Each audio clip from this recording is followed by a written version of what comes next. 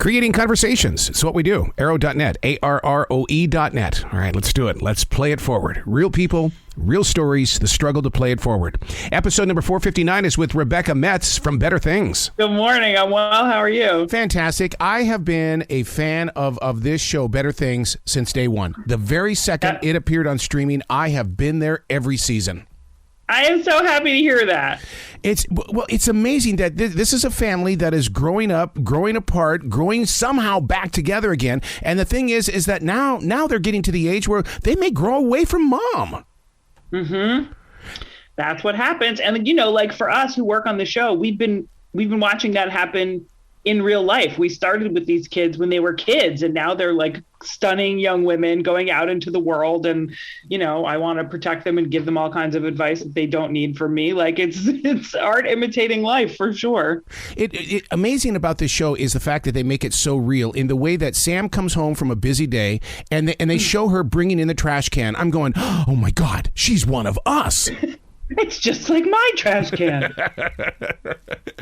The writers had to have lived this. Is that what it is? Because, it's such a picture of our everyday world.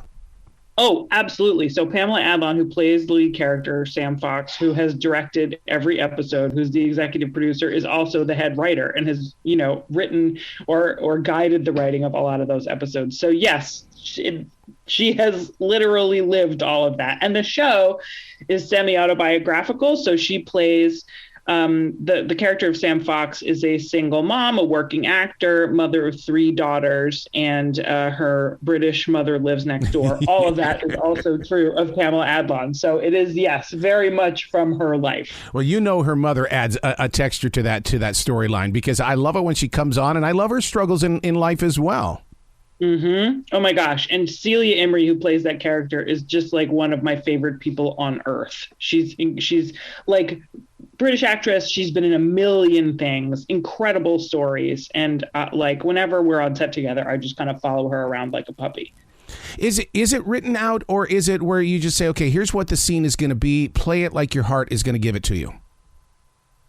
It's written out. And we do, we say what's on the page because that's our job. But there's also, the great thing is, because Pam is the boss and she's on set, we also have more freedom on this show than on other shows to sort of go like, I feel like I would say something different here. Or could I do this crazy thing here? And because she's in charge, she can say yes. And it doesn't have to go through like 7 layers of studio executives before we can like change one word. So sometimes there have been times when we've sort of been in the middle of the scene and going like, you know what, this isn't working. Can we figure out how to fix this? And we'll just fix it on the fly, which is, that feels a lot more like making art than television feels sometimes. Is it a real house? And the reason why I bring that up is because I always take note of how many times they touch the statue at the top of the stairs. Well, it's really interesting. So the first 2 seasons, it was a real house. We shot on location at a house in Altadena.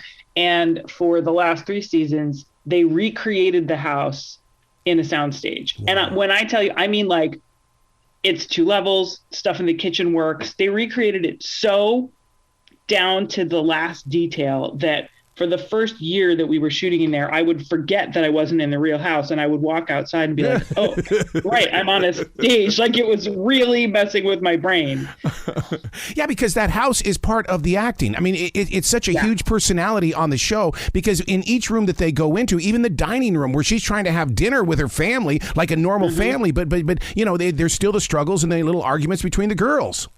Yeah, it was an amazing, the house is incredible. In season 2, there was a day that I got a call sheet that said bear warning across the top. And I was like, oh, they must be doing something later that I'm not involved in. But they weren't. There was a bear like in that neighborhood who was like swimming in the pool at the house where we were shooting and was like hanging out, hoping to get a crack at our craft services. And so I think they were like, maybe it's not such a good idea for us to shoot in an actual house. Let's go to a stage where we can control for bears. Don't you think that your character and your role in the show, everybody wants one of you in their life? I mean, the leadership, the forgiveness. I mean, the way that you pull things together when everything seems to be pulling apart. I certainly think that Tressa feels like everyone should want a Tressa in their life. Yeah, I mean, Tressa is a caretaker, and she can't help mothering everyone around her, and some people love that and some people don't love it, and sometimes it gets in the way. That's what's amazing about the show, is we all know people like that, Did you have to do some homework, or is this something that you're relying on? Well, I've already been through this. I know exactly what this role is all about. It came pretty naturally, and one of the things about the show is that I think, again, because Pam is sort of the hub of everything, the characters have grown as the actors have influenced them, and vice versa. And so it's never been like something that I think any of us had to reach really far for. Those characters have always felt pretty close to us.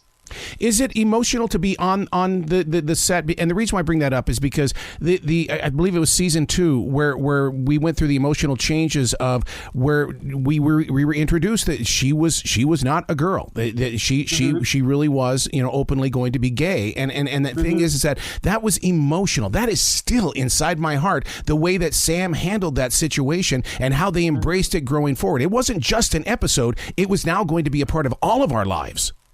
Mm-hmm. I mean, that's one of the great things about working on this show is it's half hour, it's a comedy, but it's incredibly emotional sometimes. Some episodes are more so, some are less so, but that episode, we've done a few. There was one in season 2 called Eulogy where, Sam is feeling underappreciated by her daughters, and we have a fake funeral for her, and we all sort of tell her how we feel about her. I remember that. I mean, I was crying like snot down my neck crying, and I was like, oh God, this is going to be on television. So yes, we have had some very emotional episodes on that show. Yeah, because all of you, everybody on that set, it brings in the reality of the moment, and really we feel like we're stepping into your world. I mean, when you talked about the eulogy and everything like that, oh my God, it made me think, okay, if I had to write a eulogy about somebody who's alive, what would I say? Mm-hmm. Yeah. And it's always interesting to me which episodes connect with which people. And you really can't tell. Like I said to someone earlier, it's a show that's mostly about women. And in the beginning, men would come up to me all the time and say, I know this show isn't for me, but I love it so much. And I've started saying, when men say that to me, I've started saying, well, I think it's a show about people, so you're fine. Like, I think it's just about human beings. And so every episode, different episodes connect with different people. And I just love hearing from people which ones are their favorite or which moments or characters resonated most with them, because it tells me something about the person I'm talking to. One of the subjects that my wife and I always bring up is when she goes to a voiceover where she's going to go cut a commercial or she's going to do something with voice work and stuff like that. And my wife always asks, is that the way it really is? And I go, that's exactly the mindsets and the mood swings and stuff that you go through and the people that you have to deal with. And so she's very real with that. Yeah, it's not it's not a show that sort of polishes everything and makes it look perfect and prettier than it really is. Pam loves the sort of uncomfortable, awkward silences and the moments that I think a lot of TV shows and movies filter out. So we're the opposite. Anytime there's any kind of awkward, weird life moment, we're going to put it on the show. And isn't that because of the comedian side of her personality? I mean, she was very close and still is probably close with Louis Kay. I mean, it's just amazing how this show just evolves around relationship. Yeah, I mean, I think it's because she, Pam was a child actor. She's been doing this for a very long time. And so I think she's had enough of the perfect looking, all the perfect makeup and all the perfect clothes. A lot of her clothes are her clothes. The art in the house is her art. The show is like a craft project. It's not, in some ways, I think it's meant to be something completely different than most of the shows that we've all worked on all this time because we've all been doing this forever and we wanted to do something a little bit different. And that means showing the ugly side of things and the awkward side of things. And what's great about it, we talked about it being a comedy and stuff like that. And we all know that a lot of comedy comes from the darkness. But the strange thing that you guys have got to be battling with is the fact that this is not Bart Simpson, that you have to be able to grow with these characters. What is that like for you personally that you're seeing? I mean, I know how fast life is moving on this side of the screen. What about on your side? That's the gift of television, is that you get to grow with the character over time. You start with them and, I didn't know everything about Tressa. I didn't know that Tressa was gay until season 2.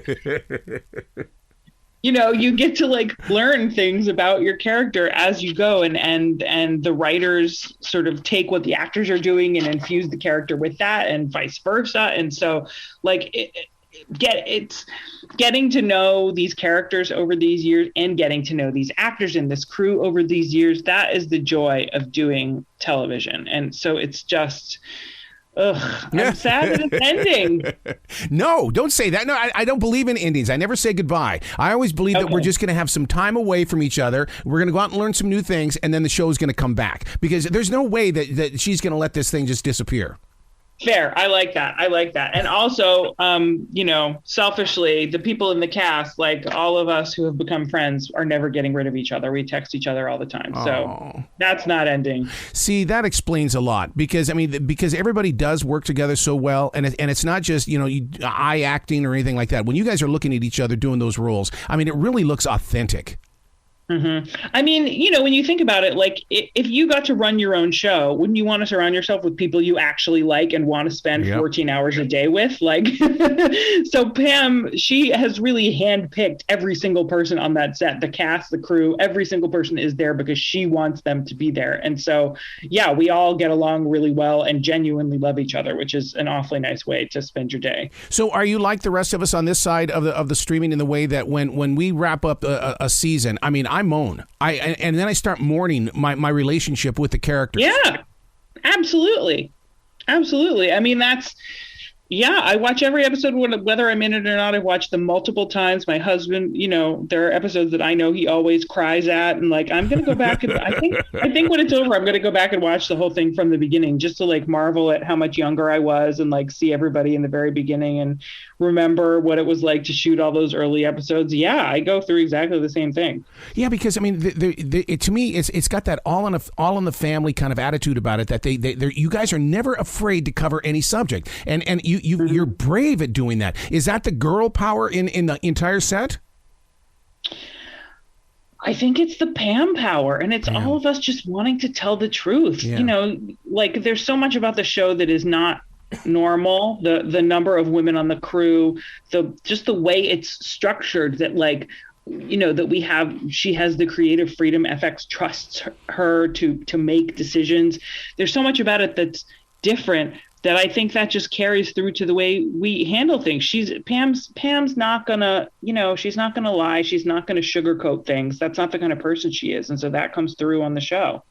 Do you ever get mixed up with Sam and Pam? I mean, because, oh my God, I would love to have a conversation with both of them, as in character and out of character, just like what we're doing right now with Tressa, is the fact that, I get to talk to you right now, Rebecca, but at the same time, I'm hearing Tressa.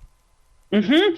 Yeah, I'm surprised actually that I haven't gotten more confused about it, because Sam and Pam are very similar. They're just different enough. And of course, on set, Pam is director and boss lady Pam. So there is a difference, enough of a difference there. But you're right. I'm actually surprised I haven't gotten it more confused. So what have you learned from the show? I mean, personally, as a person stepping away from Tressa, what have you picked up? Oh my gosh, I can't even. Just watching, I've just sort of decided that Pam was my mentor. Like, I didn't really even tell her that. But being on a set where there's one woman who is the star of the show, the director of the show, the head writer, the executive producer, the everything. Like, I've just been following her around, watching her work. And usually one person doing all of those jobs on a TV show would slow everything down to like unbearable levels. And that's not how it works on this show. It's incredible that it's more efficient because everything goes through her. Like, that is a real accomplishment. And so I've learned so much from just watching her put this thing together. It's like I got a degree in Pamela Adlon making television. So let me ask you this question, a creative person to a creative person. Is the show Better Things fruit on the vine, or is it the seed that is going to be the server of greater things that are about to come for all people involved? Oh my gosh. See, that's a question for a writer. I don't think about that. I just think, why am I crossing to the refrigerator? I hope, it is, Better Things is for sure the fruit of many people's decades in this business, envisioning what they think television could be. And it's also, I hope, the seed of many people being inspired by this show and going on to create something else that we've never seen or imagined before that no one else could make with them. The power of binge watching. I mean, I agree with your husband in the way that, I'm going to start all over. I mean, because it's one of those things you can't get tired of. And how did you break that wall down as a team that we can't get tired of these episodes? Mm-hmm. I don't know. I think it's just like, it's like when you're cooking and you're putting together a great recipe, mm-hmm. like as long as every single thing that you put into it is of high quality, you're increasing your odds that the end result is going to be delicious. That's a good way to make television. Like, fill it with people who are really good at their jobs, who are genuinely happy to be there and who want to be there. And you're not guaranteed a success, but you're heading in the right direction. Yeah. One of my favorite seasons was a season when Sam was filming the movie. Were you guys on an actual movie set or a scene? Because it looks so like my God. I mean, she with the makeup and the dirt on her face, and you're trying to drive the car and everything, and everything went wrong, and it was like, of course it did. Yeah, I wish I had been there those days. I don't know what it was like because I wasn't in those scenes. But she certainly has a lifetime's worth of experience to draw from, so she knows she could put that kind of thing together in her sleep. There's got to be a book about this show sometime in the future because, we want to know more about the people as well as the characters. And, because they did it with Friends, why can't we do it with Better Things? We keep telling her that she needs to write a cookbook because anybody who watches the show knows there's a lot of cooking on the show. Oh, 2 episodes ago, she made borscht, and that kitchen works, and she is really cooking in that kitchen. And Pam is a person who really cooks. So yes, we keep telling her that she needs to do a cookbook. Oh my God! You're so right. And when she goes into the kitchen, it always reminds me of the Brady Bunch. Even though that Carol Brady didn't cook, but they had those conversations in the kitchen. Mm-hmm. And it looks like a used kitchen. Like there's half onions sitting around. Like it's not a pristine, perfect kitchen. There's stuff, dirty dishes, and stuff has been used. Well, away from Better Things, you have been a very, very, very busy person. How do you find the time to find Ooh, that's a good question. Therapy.